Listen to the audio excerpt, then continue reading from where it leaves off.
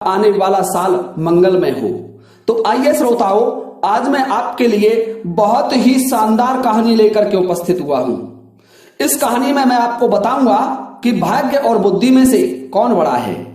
देखिए श्रोताओं, प्राचीन समय की बात है कि एक दिन भाग्य और बुद्धि दोनों ब्रह्मा जी के दरबार में बैठे हुए थे। ब्रह्मा जी का दरबार लग रहा था और उस दरबार में भाग्य और बुद्धि दोनों विराजमान थे। हे श्रोताओं, उसी समय बुद्धि और भाग्य दोनों में नोक झोंक होने लग जाती है। भाग्य कहने लगा कि जो काम मैं करता हूं उसे ये बुद्धि क्या करेगी। बुद्धि बोली, मूर्ख मत बनो, जब मैं किसी का साथ छोड़ देती हूं तो वह आदमी पागल हो जाता है, मृत्यु को प्राप्त हो जाता है। तुम कितना ही उसका साथ दे लीजिए लेकिन वो कुछ नहीं कर सकता। भाग्य बोला, अरे मूर्ख बुद्धि, तुम नहीं जानती कि जिसका साथ मैं छोड़ देता हूं तुम कितनी ही उसके साथ रहो, उसका क्या करोगी आप। बुद्धि को क्या वो बेचेगा? जब मैं उसके साथ नहीं रहूंगा तो क्या वह भाग्यवान हो जाएगा, वो पैसे वाला हो जाएगा? नहीं, कदापि नहीं हो सकता। दोनों में इस तरीके से भगवान ब्रह्मदेव के दरबार में नोक झोंक और तू मैं आरंभ हो गई। दोनों एक दूसरे से झगड़ने लगे। बुद्धि कहने लगी मैं बड़ी हूं, भाग्य कहने लगा तू बड़ी नहीं हो सकती, मैं बड़ा हूं, तू कैसे बड़ी हो जाएगी मुझसे। देखिए श्रोताओ, दोनों में तू मैं चल रही थी।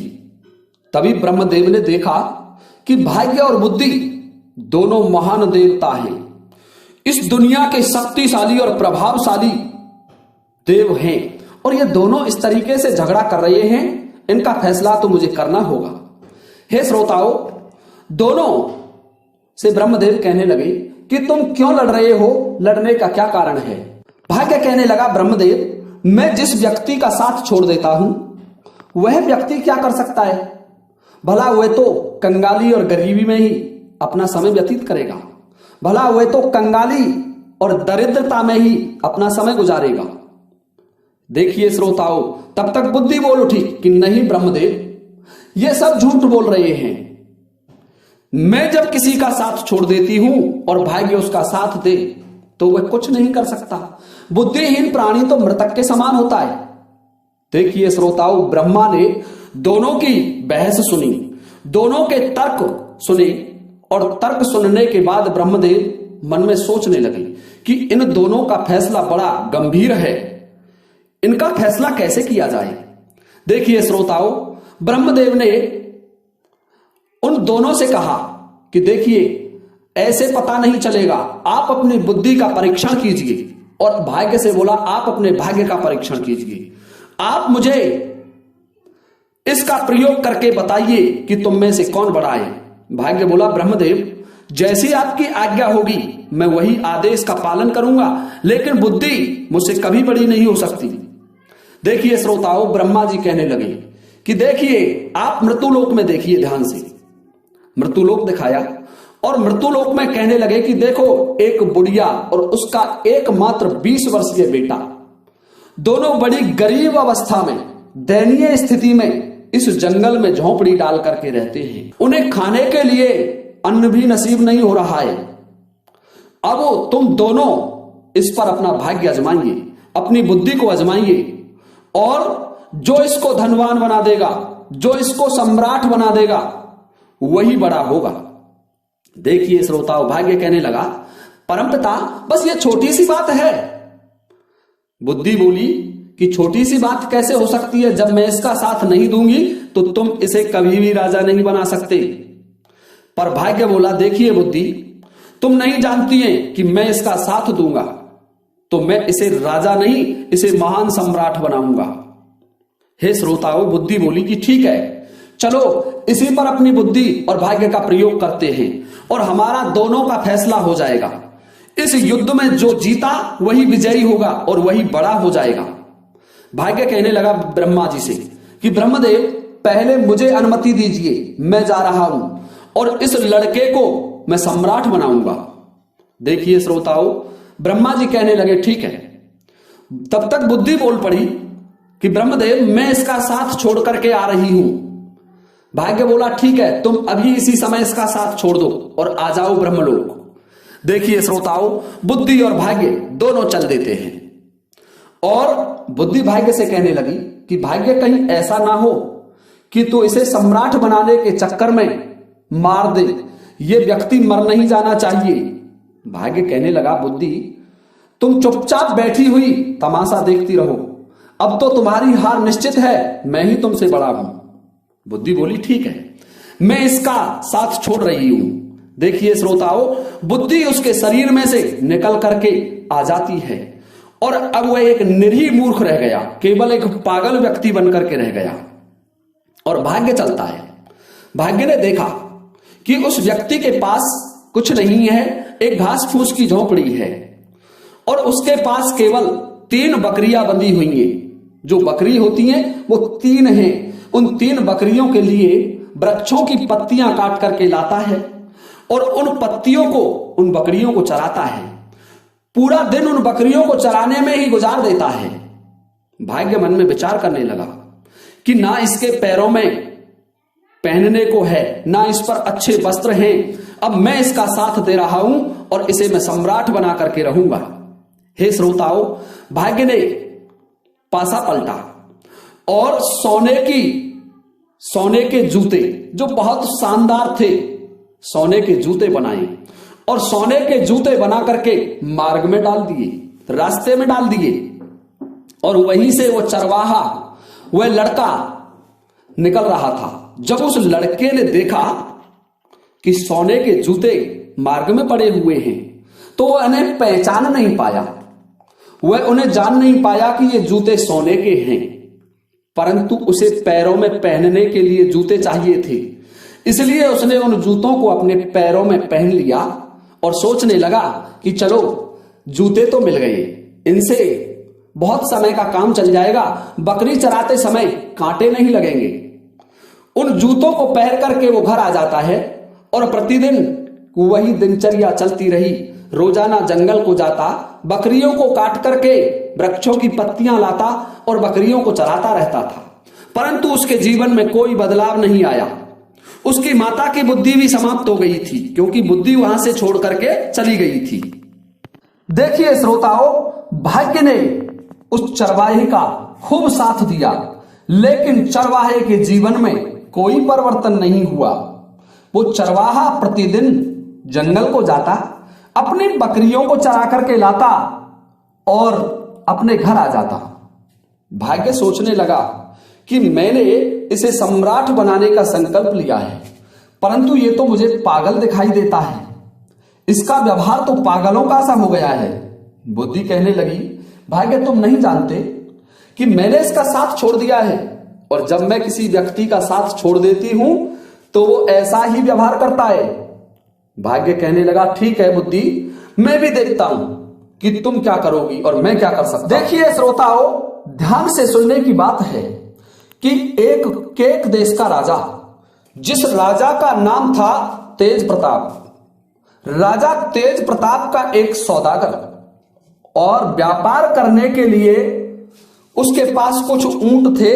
उन ऊंटों में पीतल लाद करके ले जाता था और दूसरे देशों को व्यापार किया करता था।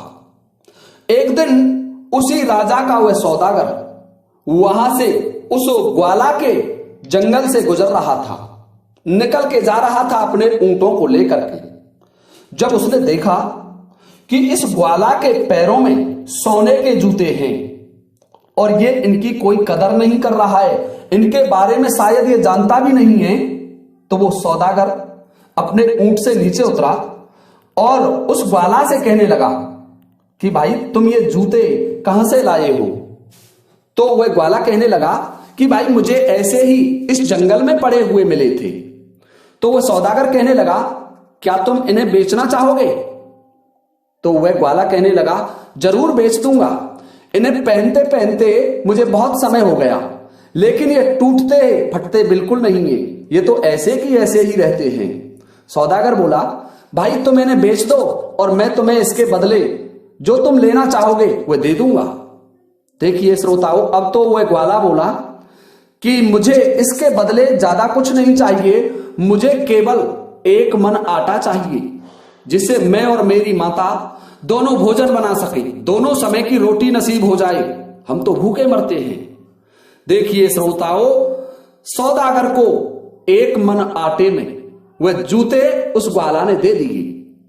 बुद्धि कहने लगी, भाग्य कहां सो गए? देखते नहीं तुम्हारे जूते भी एक मन आटे में बिक गए।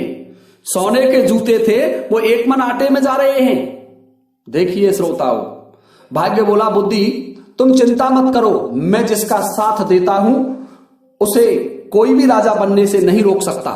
मैं इसे महान सम्राट बना के रहूंगा। हे श्रोताओ, बुद्धि कहने लगी कि भाग्य तुम मेरे बिना कुछ भी नहीं कर सकते। देखना तुम इसे अवश्य मार दोगे, ये कहीं राजा बनते बनते मर नहीं जाए। भाग्य बोला, बुद्धि कैसी बातें कर रही हो? देखिए मैं फिर क्या करता हूं। हे श्रोताओ, वह सौदागर तो उसे एक मन आटा देने के बाद चला जाता है और इधर भाग्य फिर चलता है। भाग्य ने दूसरे अच्छे तरीके के सोने के जूते जो रत्नों से जड़े हुए थे, स्वर्ण जूते मंगवाए और सोने के जूते उसी मार्ग पर रख दिए जिससे वह सौदागर जा रहा था, जिससे वह ग्वाला फूल पत्ती लेने अपनी बकरियों के लिए चारा लेने के लिए जा रहा। जब उस ग्वाला को वे सोने के जूते मिले तो बड़ा प्रसन्न हुआ। सोचने लगा कि एक मन तो आटा आ गया और फिर सोने के जूते मुझे मिल गए। कोई बात नहीं है, दोनों काम चल गए, इन जूतों को पहन लेता हूं। देखिए श्रोताओ, उस ग्वाला ने फिर वो जूते पहन लिए और जूता पहन करके अपनी रोजाना की जो दिनचर्या थी, बकरियों को चराना, उनके लिए घास पत्ती लाना, वही कार्य करता रहता था। अब श्रोताओ, उस सौदागर की सुनिए।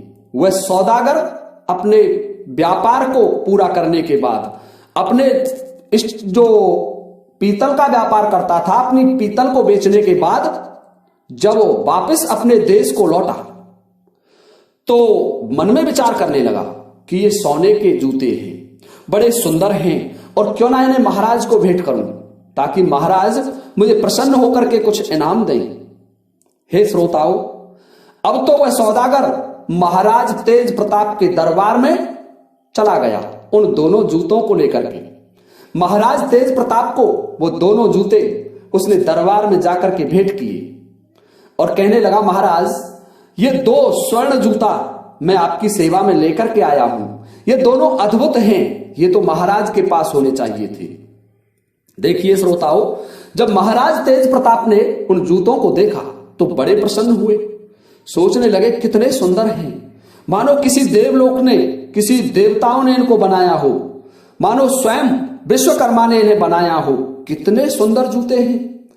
और अपने मंत्री से कहने लगे कि मंत्री, इस सौदागर को 10 सहस्त्र स्वर्ण मुद्राएं इनाम में दे दी जाएं। देखिए श्रोताओं, राजा तेज प्रताप ने 10 सहस्त्र स्वर्ण मुद्राएं उस सौदागर को इनाम में दिला दी। अब तो सौदागर बड़ा प्रसन्न हुआ और पैसे वाला हो गया और उसने अपने व्यवसाय को बढ़ाने के लिए, अपने व्यापार को बढ़ाने के लिए फिर दोबारा उन ऊंटों में पीतल को लादा और पीतल को लाद करके फिर चल देता है। देखिए श्रोताओं, उसके ऊंट उसी जंगल से निकल के जाते थे जिस जंगल में उस चरवाहे की झोपड़ी थी। वो चरवाहा अपनी माता के साथ रहता था। ध्यान से सुनने की बात है कि उसी जंगल से वह ऊंटों को लेकर के सौदागर जा रहा था और वह चरवाहा अपनी बकरियों को वहीं चरा रहा था। जब उस सौदागर ने उस चरवाहे को देखा और उसके पैरों की तरफ देखा तो सोचने लगा कि इसके पास तो दूसरे जूते आ गए, न जाने ये कहां से लाता है, इसको कौन दे जाता है। फिर सौदागर अपने ऊंट से उतरा और उतर करके उस ग्वाले के पास आया। उससे कहने लगा, भाई ग्वाले, क्या तुम इन जूतों को फिर बेचना चाहोगे? तो ग्वाला कहने लगा, अवश्य बेच दूंगा, परंतु मुझे इसके बदले में आपको 1 बोरी चना देने होंगे। सौदागर कहने लगा कि ठीक है, मैं आपको 1 बोरी चना अवश्य दे दूंगा। चरवाहा बोला, ऐसे नहीं, भुने हुए चना होने चाहिए। ग्वाला ये बात जब सौदागर ने सुनी चरवाहे की तो कहने लगा, ठीक है। देखिए श्रोताओं, उस सौदागर ने 1 बोरी भुने हुए चना उसकी झोंपड़ी में लाकर के रख दिए और जो सोने के जूते थे फिर उन्हें लेकर के सौदागर चला गया। अब सौदागर मन में विचार करने लगा कि महाराज तेज प्रताप ने मुझे पहले जूते जो मैं लेकर के गया था उनके बदले में 10 सहस्त्र स्वर्ण मुद्राएं दी, तो अब हो सकता है और बड़ी इनाम मिले। इनको महाराज की सेवा में ही लेकर के चलता हूं। देखिए श्रोताओं, अलग मोतियों से जड़ित स्वर्ण से मढ़े हुए जूते राजा तेज प्रताप के दरबार में फिर सौदागर लेकर के पहुंच जाता है। सौदागर कहने लगा, हे राजन, मैं आपके लिए कोई ना कोई विचित्र वस्तु अवश्य लाता रहता हूं। हे राजन, आप इन्हें स्वीकार कीजिए। देखिए श्रोताओं, राजा तेज प्रताप ने जब उन जूतों को दोबारा देखा तो कहने लगा कि वास्तविकता में ये जूते बहुत अच्छे हैं। ये तो सोने के जूते हैं और पहले जूते थे उनसे भी अच्छे हैं। परंतु सौदागर, मुझे ये बताइए कि तुम इन जूतों को कहां से लाते हो? तुम्हें कौन देता है? देखिए श्रोताओं, सौदागर ने विचार किया और विचार करके झूठ बोलने लगा कि महाराज, द्राविड़ देश में एक सम्राट रहते हैं और उस सम्राट के यहां मैं पीतल का व्यापार करने जाता हूं तो वो इनाम में इन्हें मुझे दे देते हैं। उन्होंने 2 बार सोने के जूते मुझे इनाम में दिए और मैंने आपकी सेवा में अर्पित कर दिए। देखिए श्रोताओं, वह राजा केक नरेश कहने लगा कि सौदागर, उस सम्राट के कोई पुत्र है क्या?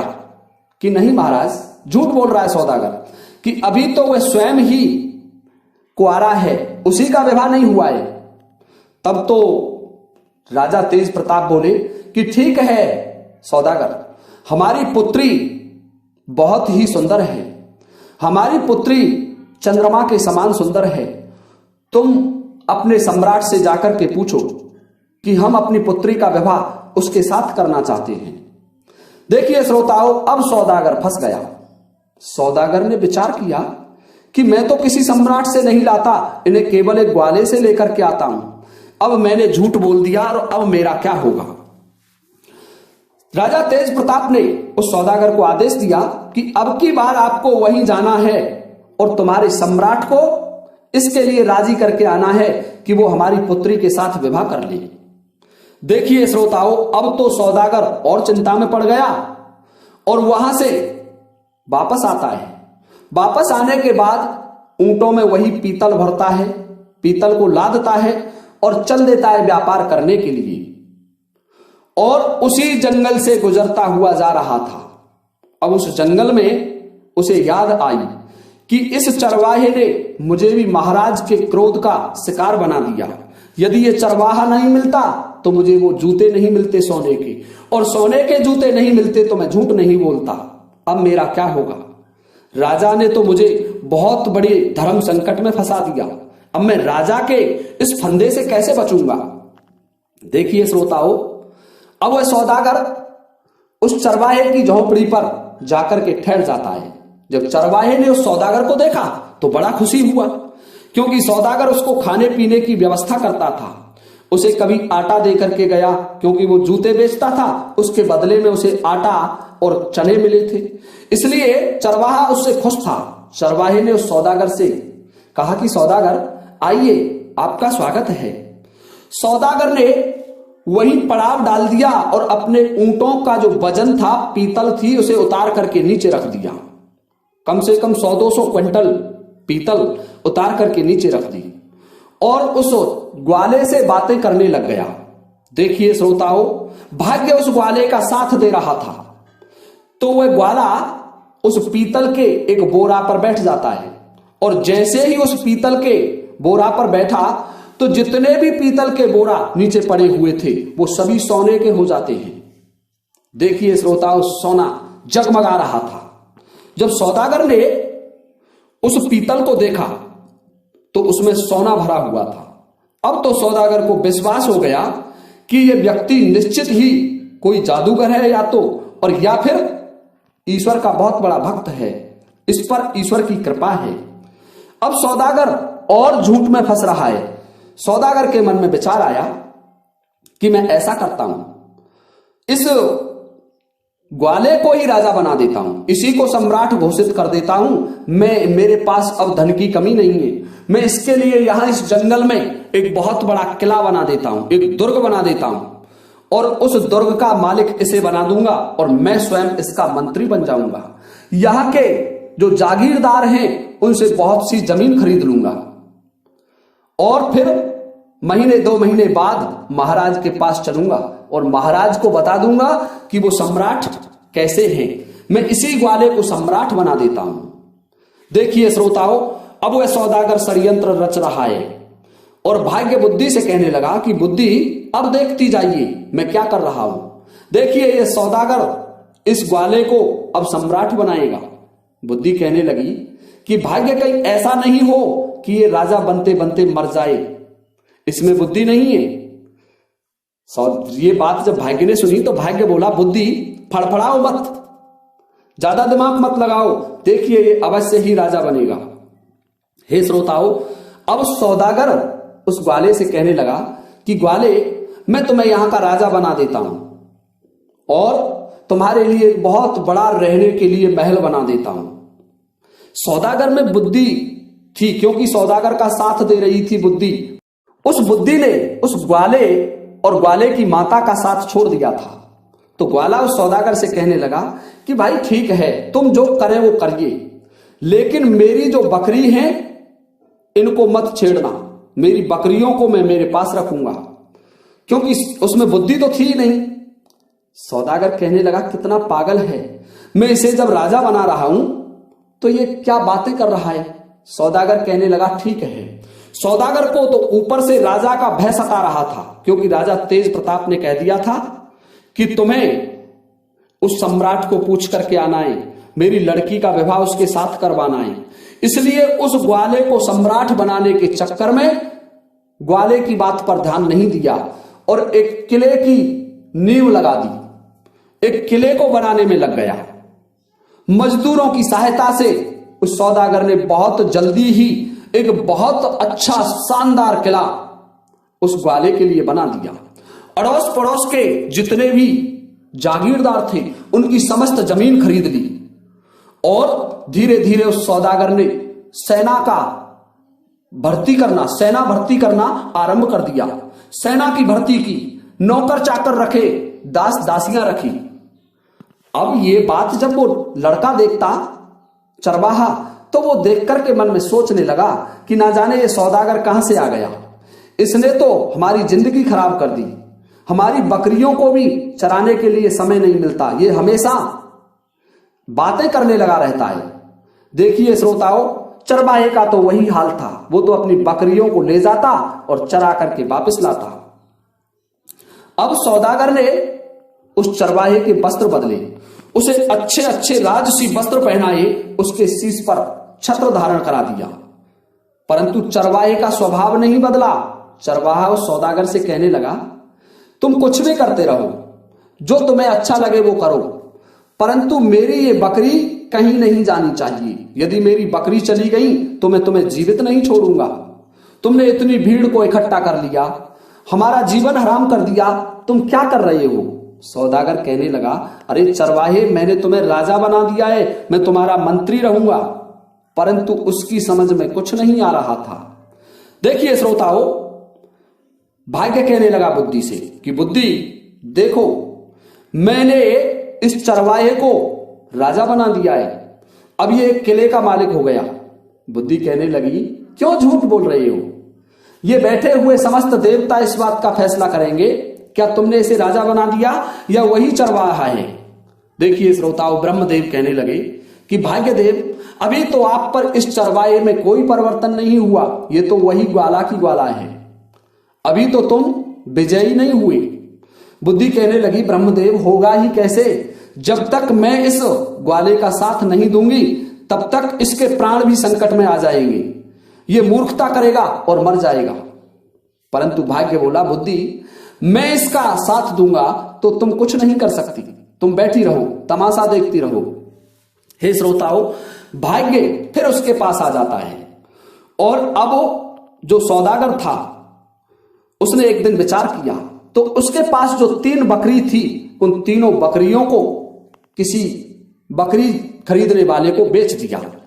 और जब उस ग्वाले को इस बात का पता चला तो जोर जोर से चिल्लाने लगा, रोने लगा, पुकारने लगा।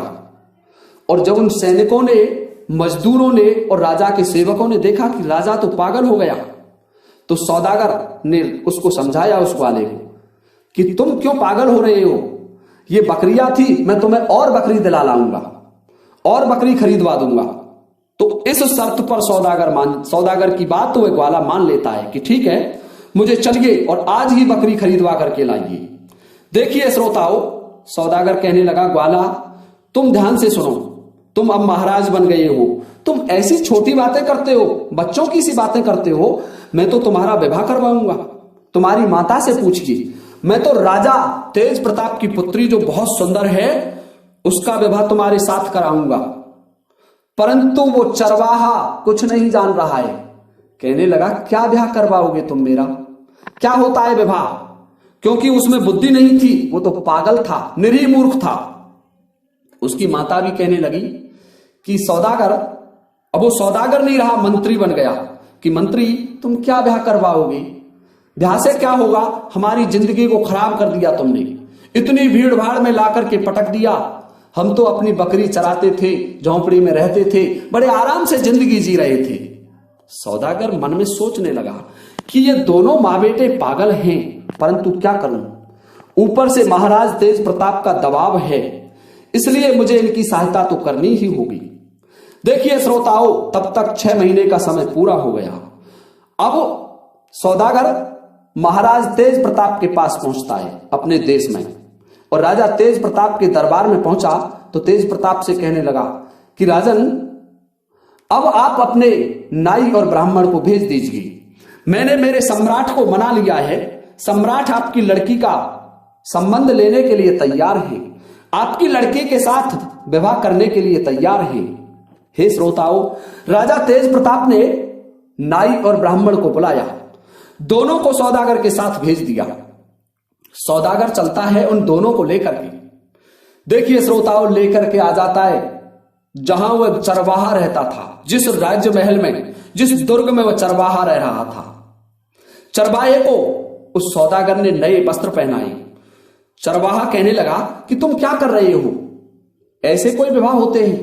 तो सौदागर बोला, अब तुम चुप रहना, बोलना मत, नहीं तो महाराज तेज प्रताप तुम्हें भी फांसी की सजा देंगे और मुझे भी फांसी की सजा देंगे, ध्यान रखना, अब आपको बोलना नहीं है। तो देखिए श्रोताओं, सौदागर की बात चरवाहे की समझ में कुछ कुछ आई और वो मान जाता है।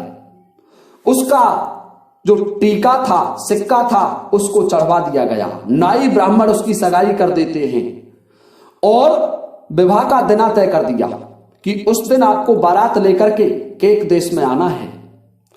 श्रोताओं, राजा केक देश के राजा थे तेज प्रताप, उन्होंने भी अपनी तैयारी पूर्ण कर ली। विवाह का जितना भी सामान था वो ले आए और अपनी तैयारियां चल रही थी। वह विवाह का शुभ दिन नजीक आ पहुंचा। देखिए श्रोताओं, जब वो चरवाहे की सगाई हो गई तो नाई और ब्राह्मण दोनों केक देश को लौट जाते हैं। महाराज तेज प्रताप ने पूछा कि कैसा सम्राट है? तो नाई ब्राह्मण कहने लगे कि महाराज, उसके तो कुछ धन दौलत की पता ही नहीं है, कितना बेशुमार खजाना है उसके पास, सोने के जैसे चमकते हुए महल है उसके, बड़ा ही महान राजा दिखाई पड़ता है। देखिए श्रोताओं, अब तो राजा तेज प्रताप भी बड़े प्रसन्न हुए और धीरे धीरे समय निकला और वह विवाह का दिन नजदीक आ गया। इधर सौदागर ने उस चरवाहे को सजाया, दूल्हे बनाया और दूल्हे बना करके उसे कहने लगे कि अब तुम इस 10 पहिया वाले रथ में बैठ जाओ। 10 पहिया के रथ में उस ग्वाले को बैठा दिया, उसके साथ स्वयं सौदागर बैठ गया और बहुत बड़ी सेना, हाथी घोड़ा रथ लेकर के बारात को केक देश के लिए लेकर के चल देते हैं। सौदागर तो बारात को लेकर के जा रहा है, उधर भाग्य बुद्धि से कहने लगा कि बुद्धि देखिए, मैं इसका विवाह भी राजा की पुत्री के साथ करवा रहा हूं, मैं वास्तविकता में बड़ा हूं। बुद्धि कहने लगी कि भाग्य, तुम अभी देखते जाओ, तुमने अब इसकी मृत्यु का जाल रच दिया है, अब ये बेचारा चरवाहा तुम्हारे जाल में फंस गया। तुम तो इसे राजा बना रहे हो, पर ये राजा बनते बनते अपने प्राण गंवाएगा, अपने प्राणों से हाथ धोने पड़ेंगे। भाग्य बोला, बुद्धि, जब मैं इसका साथ दे रहा हूं तो तुम क्यों फड़फड़ा रही हो? चुपचाप बैठी रहो, देखती रहो मैं क्या करता हूं। हे श्रोताओं, 2 दिन का सफर तय करने के बाद चरवाहे की बारात कश्मीर पहुंच जाती है। राजा तेज प्रताप के यहां केक देश में पहुंच जाती है और कश्मीर नरेश ने देखा कि उसकी बारात आ गई है, तो अपनी सेना को सुसज्जित करके ढाल तलवार और कवच कुंडल धारण करके बारात की अगवानी के लिए चला।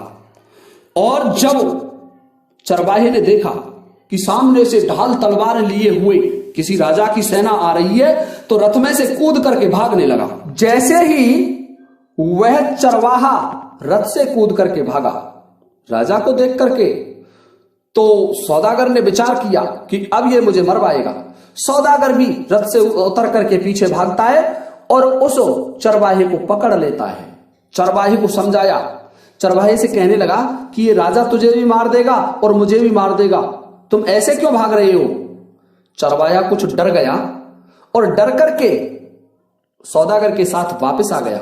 सौदागर से कहने लगा कि ये तलवार लेकर के आ रहे हैं, ये हमें काटेंगे तो कि नहीं? कोई नहीं काटेगा, तुम्हारा विवाह किया जाएगा, तुम्हें यहां से दुल्हन मिलेगी।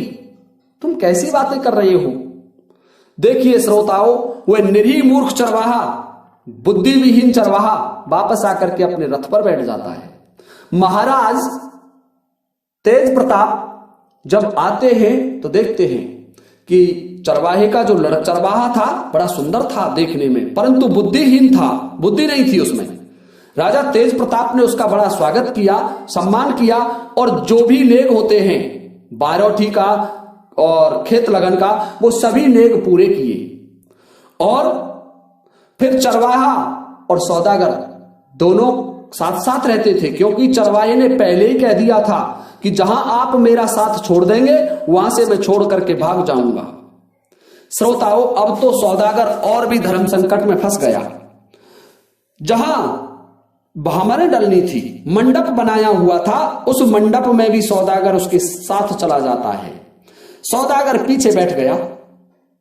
महाराज तेज प्रताप कहने लगे कि सौदागर, तुम इनके साथ साथ क्यों रहते हो? कि महाराज, मैं इनका मंत्री हूं, इन्होंने मुझे मंत्री के पद पर सुशोभित कर दिया है। जब से आपने अपनी लड़की का संबंध इनके साथ किया है तो इन्होंने मुझे सम्मानित किया और अपने दरबार में मंत्री का दर्जा दे दिया। देखिए श्रोताओं, राजा तेज प्रताप ने अपनी पुत्री का विवाह उस चरवाहे के साथ कर दिया।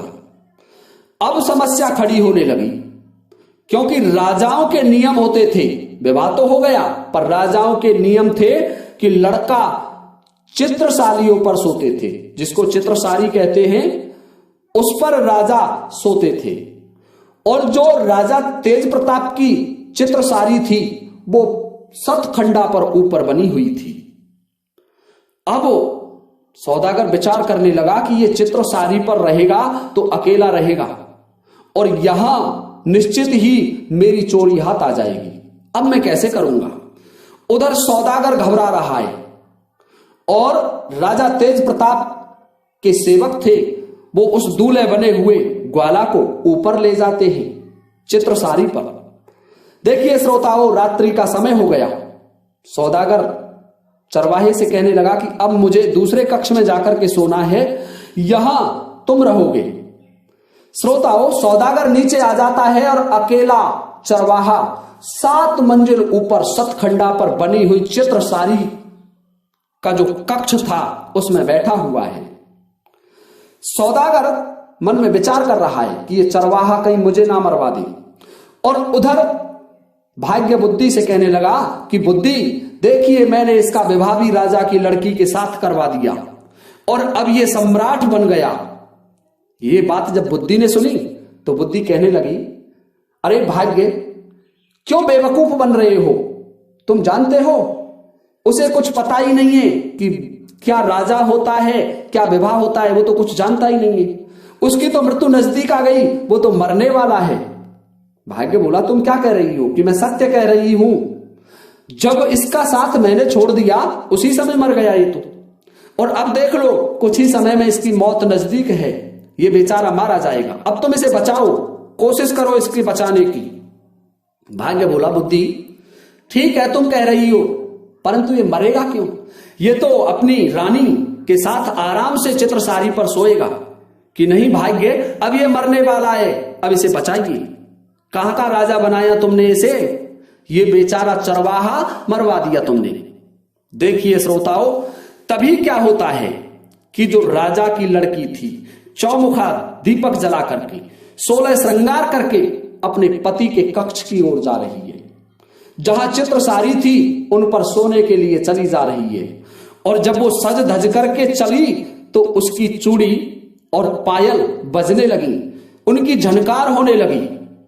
अब चरवाहे का ध्यान एकदम से उन पायलों की झनकार पर गया। तो जब वह छोटा सा था तो उसकी माता उसे चुड़ैल और भूतों की कथाएं सुनाया करती थी, भूतों की कहानी सुनता था वह। तो उसके मन में विचार आया कि यहां भूत आ रहा है और मुझे यहां अकेला छोड़ दिया, और अब मैं क्या करूं?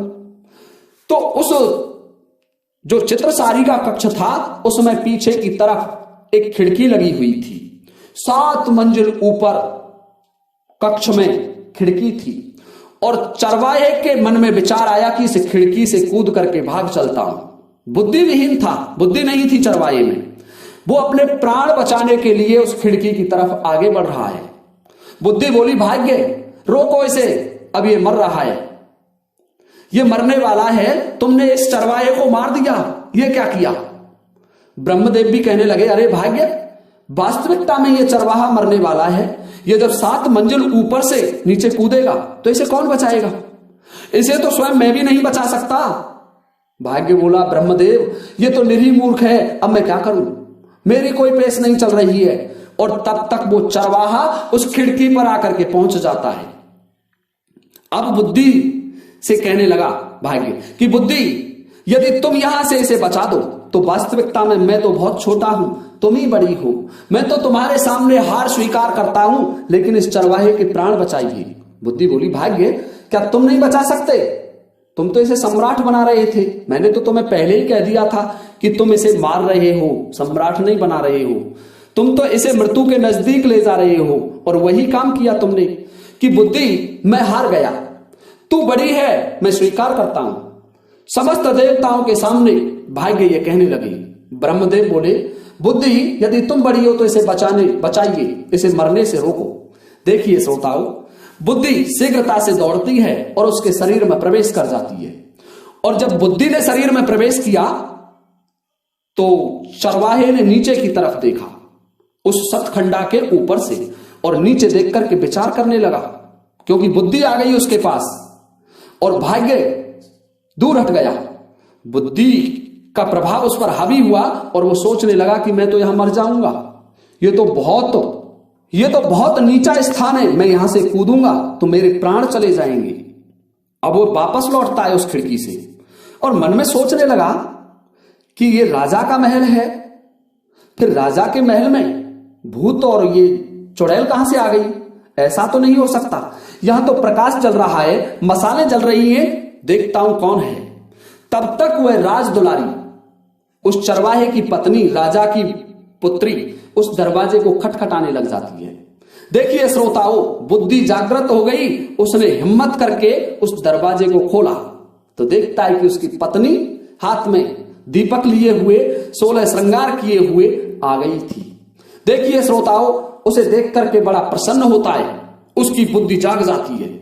और जब प्रातःकाल हुआ तो सौदागर मन में विचार करने लगा कि अब तो वह अवश्य मर गया होगा चरवाहा, उसे किसी ने नहीं बचाया होगा, और मेरी चोरी महाराज तेज प्रताप के हाथ आ गई तो मैं भी मर गया। यह सोच करके सौदागर चल देता है महलों की तरफ। जब चरवाहे ने उस सौदागर को आता हुआ देखा तो कहने लगा, अरे मंत्री, तुमने अभी कुछ सामान तैयार नहीं किया क्या? यहीं बैठे रहोगे? हमें अपने राज्य को चलना है, अपना देश भी तो संभालना है। क्योंकि बुद्धि का प्रभाव उस पर हावी हो गया। अब तो उसमें सभी गुण राजाओं के आ गए। राज दुलारी राजा की पुत्री से विवाह कर लिया था, देखिए श्रोताओं, महाराज तेज प्रताप ने उसे बहुत सा दहेज दान में दिया। रथ, घोड़ा, ऊंट, खच्चर, जो भी राजा महाराजा दान में देते हैं, दान में दिया। और एक 10 पहिया का स्वर्णिम रथ जिसमें अपनी पुत्री को बैठाया और चरवाहे के साथ विदा कर दिया। वह चरवाहा अपने उसी दुर्ग में आ जाता है और वहां से अब जो क्षेत्र था उसका राज्य का संचालन करने लगा। देखिए श्रोताओं, उधर ब्रह्मा जी के दरबार में, उधर ब्रह्मदेव के दरबार में बुद्धि और भाग्य का फैसला हो चुका था। समस्त देवता बुद्धि की जय जयकार करने लगे, कहने लगे भाग्य तुम कुछ नहीं कर सकते, जिसका साथ बुद्धि नहीं देगी वह कभी कुछ नहीं करेगा। तो देखिए श्रोताओं, बुद्धि और भाग्य इन दोनों में कौन बड़ा था, यह था हमारा आज का वीडियो। वास्तविकता में बुद्धि भाग्य से बड़ी होती है। यदि आपको यह वीडियो अच्छा लगा हो तो कृपया चैनल को सब्सक्राइब करें और वीडियो को लाइक करना ना भूलें। अधिक से अधिक कमेंट करके बताएं कि आपको यह हमारा वीडियो कैसा लगा है। श्रोताओं, इसी के साथ आप सभी से लेता हूं अनुमति इस वीडियो को विराम देने की। इसी के साथ जय हिंद, जय भारत।